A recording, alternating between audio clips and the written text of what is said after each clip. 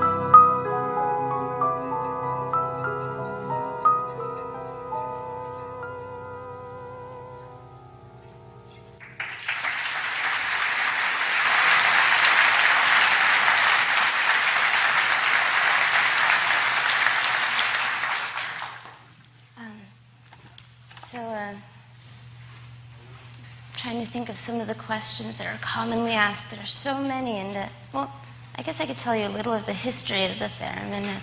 It was invented around the 1920s, and the inventor, Leon Theremin, he also was a musician besides an inventor. He kind of came up with the idea for making the theremin, I think, when he was working on some shortwave radios, and there'd be that sound in the signal. It's like, and he thought, oh, what if I could control that sound and turn it into an instrument, because there are pitches in it.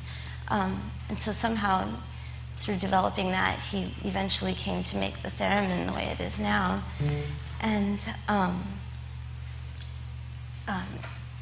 a lot of times, even kids nowadays, they'll make reference to a theremin by going, ooh, because in the 50s it was used in the sci-fi horror movies, that sound that's like,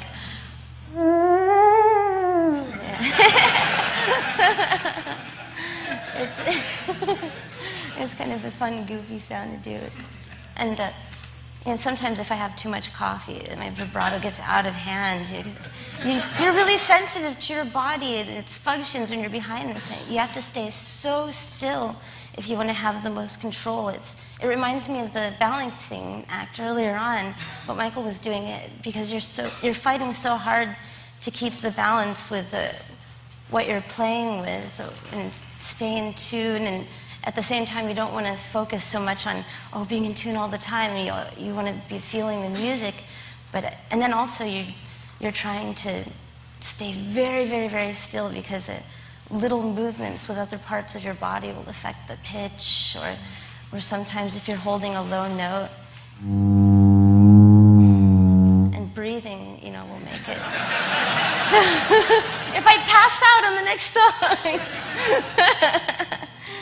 But it's definitely I think of it almost like it's kind of like a yoga instrument, because it makes you so aware of every little crazy thing your body is doing, or just aware of what you don't want it to be doing while you're playing.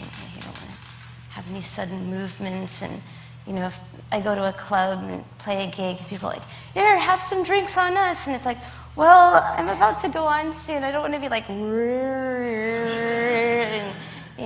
it really does reflect the mood that you're in. Also, if you're, it's similar to being a vocalist, except instead of it coming out of your throat, you're controlling it just in the air, and you don't really have a point of reference. You're always relying on your ears and adjusting constantly. You just have to always adjust to what's happening, and realize you'll have bummer notes come here and there, and to listen to it, adjust, and then just move on, or else you'll get too tied up and go crazy. Like me. Maybe we'll play another tune now. We're going to do Lush Life. It's one of my favorite tunes to play.